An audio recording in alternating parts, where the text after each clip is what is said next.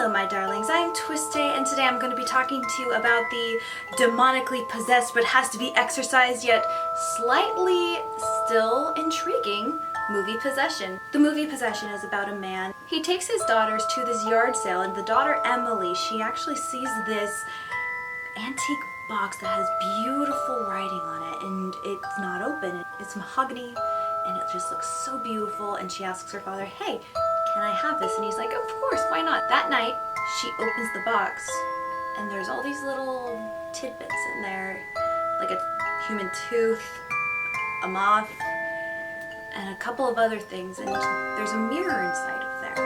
And after she opens the box, she starts to not act quite her jolly good self. She starts acting very depressed. She starts isolating herself from everybody. She's just not being the person that everybody knows her and loves her to be. I'm gonna tell you right off the bat, this movie is about a demon possessing a girl and the family needs to try to figure out how to exorcise her. We've already seen this in the movie The Exorcist and also in the movie The Rite. But those exorcisms were based off of the religious beliefs of Catholicism and Christianity. This exorcism deals with Judaism. I kind of found that really refreshing because I haven't seen a horror movie that has to deal with Judaism or a Jewish exorcism for that matter. And the writing that's around the box is in Hebrew.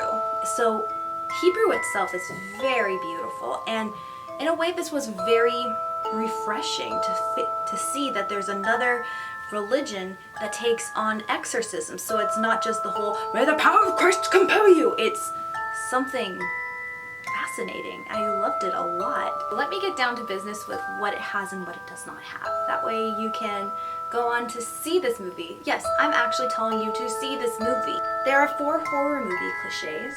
One is, of course, when Emily opens the box and she explores it, this demonic essence is starting to get to her little by little and her personality starts to deteriorate.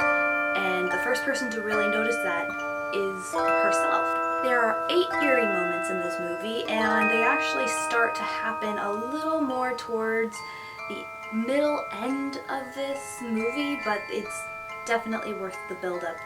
One of which has to do with Emily being in the kitchen with her mother. I'm not gonna say anything else, it's just the ambiance of the entire scene and the build-up is just, oh my gosh, it's so haunting. I loved it. There are 2 suspenseful moments in this movie, one of which, nah, I'm not even gonna mention it. There are 9 jump scares in this movie. Yes, there's quite a few stupid jump scares. Like one is a book flies across the room and there's a big loud noise, and really, in all honesty, there really doesn't need to be a big loud booming noise. It just adds for the effect. In spite of this, there's one good jump scare. Now mind you, how I define a good jump scare is when the jump scare is actually done by the thing causing it. So if the jump scare is caused by the monster, yes, that is a good jump scare. I will qualify that. It's still a jump scare nonetheless, but I will qualify it. I will acknowledge it as being good. Bad jump scares is when one person's looking in one direction and suddenly they turn around and their friend or the father or something pops up from behind them. That's the stupid jump scares. I give The Possession 2.5 out of 5 stars. This is a movie that you can actually give a chance to, and it can cause you to actually have a little bit of uneasiness. So I definitely recommend it if you want to see it. Just see it either once or at least twice. And if you like it more than that, then you know what? You're up to you. So have you guys seen The Possession? What do you think about it? Do you think that demonic possession movies along with exorcism movies are still somewhat entertainment, or do you think it's something that we need to put on the shelf for a while? Please write your comments in the description below of what you thought of the movie or how you think of exorcism movies.